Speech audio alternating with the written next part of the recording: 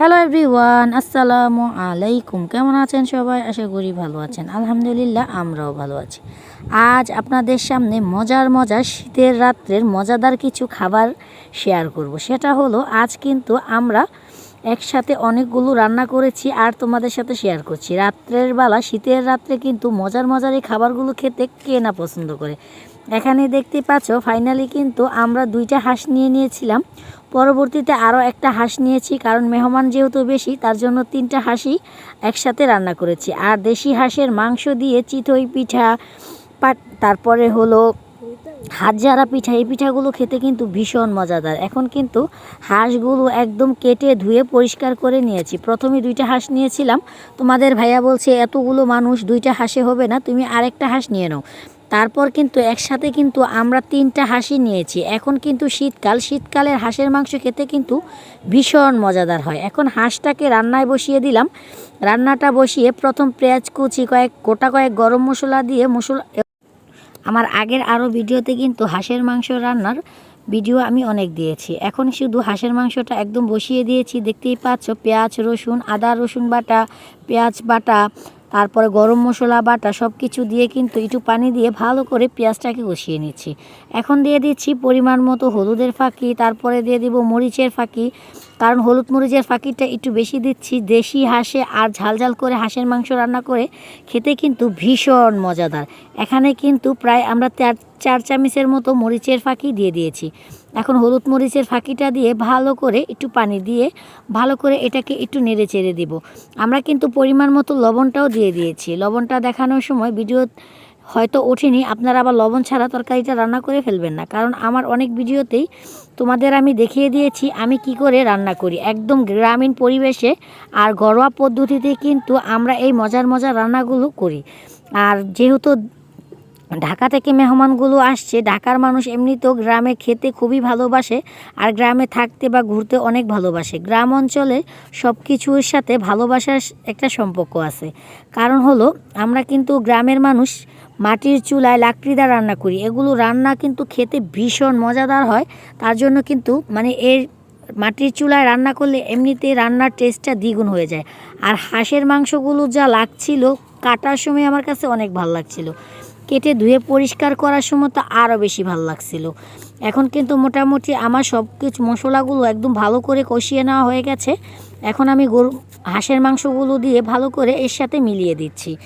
যতটা ভালো করে মিলিয়ে দিলে মাংসের সাথে মশলাগুলো মিলিয়ে যাবে, ততক্ষণ ধরে কিন্তু আপনাকে মশলাটা মিলিয়ে দিতে হবে। আরেকটা কথা আপনাদের বলি, গ্রাম অঞ্চলে কিন্তু শীতকালে পিঠাপুলির ধুম, কারণ নানান ধরনের পিঠা আমাদের গ্রাম অঞ্চলের মানুষ খাবে। আর এখন শীতকালে তো একদম চর্বিওয়ালা হাঁস পাওয়া যাবে, কার্তিক মাস যে মাসটা বলে, ওই মাসে কিন্তু মজার হাঁসের মাংস খেতে কিন্তু ভীষণ ভালো লাগে। কারণ এখন হাঁসে প্রচুর পরিমাণ চর্বি হবে আর খেতেও কিন্তু ভীষণ ভালো লাগবে। এখন কিন্তু মশলাটা আমার ভালোভাবে কষানো হয়ে গেছে। এখন একটি ঢাকনা দিয়ে হাঁসের মাংসটাকে কিছুক্ষণের জন্য ঢেকে রেখে দিলাম। কতক্ষণ ঢেকে রেখে দিয়েছি তা বলছি, অনেকক্ষণ, প্রায় 40 মিনিটের মতো এটাকে একদম ঢেকে রেখে তারপর আবারও একটু নেড়ে চেড়ে দিচ্ছি। এখন দেখতেই পাচ্ছ মাংসের কালারটা অন্যরকম হয়ে গেছে। এটা কিন্তু আরও সুন্দর কালার হবে, কারণ হাঁসের মাংস কি আর বলবো। আমি কিন্তু এখানে একদম পরিমাণ মতো সব রকমের তেল মশলাটা ইউজ করেছি। আর তোমরা তো অনেকেই আমার আগের রান্নাতে দেখে ফেলেছো আমি কিভাবে হাঁসের মাংস রান্না করি। আজ একটু শর্টকাট তোমাদের সাথে শেয়ার করলাম। এখন আবারও ঢাকনা দিয়ে কিছুক্ষণ এটাকে ঢেকে দিয়ে দিলাম। তারপর কিন্তু আমি অল্প কিছুটা পানি ব্যবহার করব, কারণ হলো হাঁসের মাংসটা একটু পাতলা করে রান্না করব, ঝোলটা যাতে পিঠাটা খেতে খুবই মজাদার হয়। কারণ পিঠার খেতে হলে ঝোলের পরিমাণটা একটু বেশি লাগবে, তার জন্য কিন্তু আমরা পরিমাণ মতোই ঝোলের পরিমাণটা দিয়ে দিব। এখন কিন্তু আমরা এখানে প্রায় 3 কাপের মতো পানি দিয়ে দিয়েছি। এখন কিন্তু ভালো করে নেড়েচেড়ে আবারও ঢাকনা দিয়ে এটাকে ঢেকে দিলাম প্রায় 40 মিনিটের মতো। 40 মিনিট পর ঢাকনাটা খুলে আমি আপনাদের দেখিয়ে দিচ্ছি ফাইনাল লুকটা আপনারা তো দেখেই বুঝে যাচ্ছেন। হাঁসের মাংসটা কিন্তু ফাইনালি আমার একদম রান্না করা মোটামুটি একদম কমপ্লিট হয়ে গেছে। এখন আমি দিয়ে দিচ্ছি ভেজে রাখা জিরার ফাঁকিটা দিয়ে ভালো করে আবারও কিছুক্ষণ একটু নেড়ে চেড়ে ঢাকনা দিয়ে এটাকে 2 থেকে 3 মিনিট আমি লো হিটে, চুলার যে কয়লার যে তাপটা থাকবে ওই তাপ দিয়ে 3-4 মিনিট ঢাকনা দিয়ে একটু ঢেকে রেখে দেব। এখন কিন্তু আমি একটু ভালো করে এটাকে নেড়ে চেড়ে দিচ্ছি ঢাকনা দিয়ে। এখন কিন্তু ফাইনালি আমার হাঁসের মাংসটা একদম রান্না করা হয়ে গেছে। চুলা থেকে একদম নামিয়ে আমি একটু নেড়ে চেড়ে তোমাদের দেখিয়ে দিচ্ছি। মাশাআল্লাহ, দেখতেই পাচ্ছ কতটা লোভনীয় হয়েছে হাঁসের মাংসটা। খেতেও কিন্তু ভীষণ মজাদার হয়েছে, ঝাল ঝাল এই দেশি হাঁসের মাংসটা। আমার কিন্তু শীত আসলে অনেক হাঁস খেতে ভালো লাগে, কারণ শীতকালে কিন্তু হাঁসকে খুবই মজা পাওয়া যায়। এখন করব চিতই পিঠা। চিতই পিঠার ডোটা করার যে ভিডিওটা, ওইটা কিন্তু আগের একটি ভিডিওতে তোমাদের দেখিয়ে দিয়েছি। এখন একদম দোকানের মতো ফুলকো ফুলকো চিতই পিঠাগুলো তোমাদের সাথে আমি শেয়ার করব। এখন একটি পিঠা তাওয়াতে দিয়ে দিলাম। তাওয়াতে দিয়ে ঢাকনা দিয়ে এটাকে 3-4 মিনিট ঢেকে রেখে দেব। একটা চিতই পিঠা হতে কিন্তু 2-3 মিনিট সময় লাগে। এখন দেখতেই পাচ্ছ পিঠাগুলো কতটা ফুলকো আর তুলতুলে হয়েছে, দেখেই তো বুঝে যাচ্ছ। একদম রাস্তার পার আমার যে আপুরা ভাইয়ারা পিঠাগুলো বিক্রি করে, আমার মনে হয় তার থেকেও বেস্ট হয়েছে আমাদের পিঠাগুলো। দেখতেই পাচ্ছ কতটা ফুলকো ফুলকো পিঠা। তোমরা কিন্তু চাইলে এই ফুলকো ফুলকো পিঠাগুলো বানাতে পারো, কারণ একদম সহজ প্রসেসে তোমরা এই পিঠাগুলো বানালে দেখবে পিঠাগুলো যেমন দেখতে ফুলকো ফুলকো, খেতেও কিন্তু ভীষণ মজাদার এই চিতই পিঠাগুলো। আর দেখতে পাচ্ছ আমি কিন্তু একটার জায়গায় 3-4টা পিঠা বানিয়ে তোমাদের দেখিয়ে দিচ্ছি, যাতে তোমরা বুঝতে পারো কতটা ফুলকো হয়েছে আজকের আমার এই চিতই পিঠাগুলো। মেহমানদারিতে কিন্তু আজকের পিঠাগুলো একদম বেস্ট ছিল। যেমন পিঠা এনারা খেতে চেয়েছে, আমার কাছে মনে হয় আমার সবগুলো পিঠাই আজকে তেমন হয়েছে। আর লাকড়ি চুলার পিঠাগুলো এমনিতেও অনেক সুন্দর আর খেতেও ভীষণ মজাদার হয়। এখন কিন্তু মোটামুটি আমরা অনেকগুলো চিতই পিঠা বানিয়ে নিয়েছি, আর পিঠাগুলো কিন্তু অনেক ফুলকো ফুলকো হয়েছে। তোমরা যদি চাও তাহলে কিন্তু আমার আরেকটি ভিডিওতে এই ফুলকো ফুলকো চিতই পিঠার রেসিপি দেওয়া আছে। তোমরা কিন্তু চাইলে মজাদার এই ফুলকো ফুলকো চিতই পিঠাগুলো তোমরাও বানিয়ে নিতে পারো। ফাইনালি কিন্তু আমার একদম চিতই পিঠাগুলো বানানো কমপ্লিট হয়ে গেছে।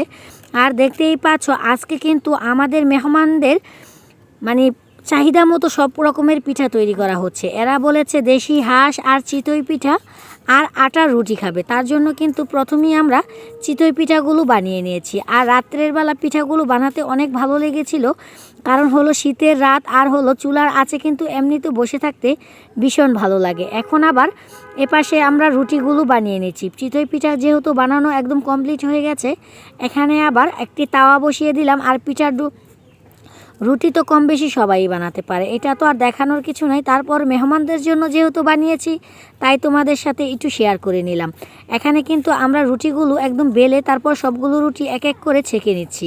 কারণ হলো সবগুলো রুটি একবারে ছেঁকে একটি হটপটে রেখে দিচ্ছি। যেহেতু শীতকাল, রুটিগুলো কিন্তু এমনিতেই কতক্ষণ পর ঠান্ডা হয়ে যাবে। আর এই জন্যই কিন্তু আমরা রুটিগুলো ছেঁকে ছেঁকে একদম হটপটে রাখছি, যাতে রুটিগুলো মেহমানরা না আসা পর্যন্ত গরম থাকে। আর মেহমানরা এসেছিল রাত্রের প্রায় 12টা 12:30টার দিকে। এই জন্য কিন্তু আমরা রুটিগুলো ছেঁকে তারপর একটি হটপটে রেখে দিয়েছি। চিতই পিঠাগুলো কিন্তু মোটামুটি একদম ঠান্ডা হয়ে গেছিলো, কি আর করা, ওনারা কিন্তু ঠান্ডা চিতই পিঠাই খেয়েছে।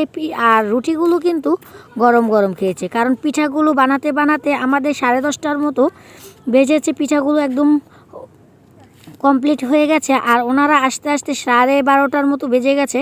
পিঠাগুলো একটু ঠান্ডা হয়ে গেছিলো, কিন্তু রুটিগুলো অবশ্যই এরা গরম খেতে পেরেছে, কারণ হটপটে রাখা ছিল। আমার কাছে যেহেতু বড় হটপট ছিল না, তার জন্য পিঠাগুলো রাখতে পারিনি। আর এমনিতেও পিঠাগুলো রাখলে আর খেতে ভালো লাগতো না। আর এভাবে কিন্তু ঠান্ডা হলেও চিতা পিঠা কিলাকে খেতে কিন্তু ভীষণ মজাদার হয়। এভাবে কিন্তু আমরা এক এক করে সবগুলো রুটি একদম ছেঁকে গরম করে তারপর হটপটে রেখে দিয়েছি। কারণ হলো মেহমানদের যেহেতু আবদার ছিল আজকে এরা হাঁসের মাংস আর হলো চিতই পিঠা আর আটার রুটি খাবে, এদের পছন্দ মতো সব কটা রান্না আমি করেছি। আর আমার এই রান্নাগুলো তোমাদের কেমন লাগলো তোমরা কিন্তু অবশ্যই কমেন্টে বলবে। আর আমার যে আপুরা আছে নতুন নতুন বিয়ে হয়েছে আর নতুন নতুন রান্না শিখতে চায়, মজার মজার রান্না করে ভাইয়াদের খাওয়িয়ে সারপ্রাইজ করে দিতে চায়, তারা কিন্তু আমার ভিডিওটা না টেনে ফুল ভিডিওটা দেখলে মজার মজার এই রান্নাগুলো একদম রান্না করতে পারবে। আর একদম সহজ প্রসেসে কিন্তু গ্রামীণ পরিবেশে সব রান্না হয়, খেতেও কিন্তু ভীষণ মজাদার হয়। এখন কিন্তু দেখতেই পাচ্ছ একদম মেহমানদের জন্য ডালা সাজিয়ে নিয়েছি। এইদের কিন্তু পিঠাগুলো একদম আমার বানানো কমপ্লিট। আমার ভিডিওটা যদি তোমাদের ভালো লাগে আমার চ্যানেলটাকে সাবস্ক্রাইব করে দিবে, পাশে থাকা বেল বাটনটি বাজিয়ে নতুন নতুন ভিডিও পেতে আমাদের সাথেই থাকবেন। যারা আমার ফেসবুক পেজ থেকে আমার ভিডিওগুলো দেখছেন তারা কিন্তু চাইলে আমার ফেসবুক পেজটাকে ফলো করে দিতে পারেন। আর এইগুলো ভিডিও যদি তোমরা পেতে চাও তাহলে তোমরা কিন্তু চাইলে BBM মাইম ব্লগটা ঘুরে আসতে পারো। আল্লাহ হাফেজ।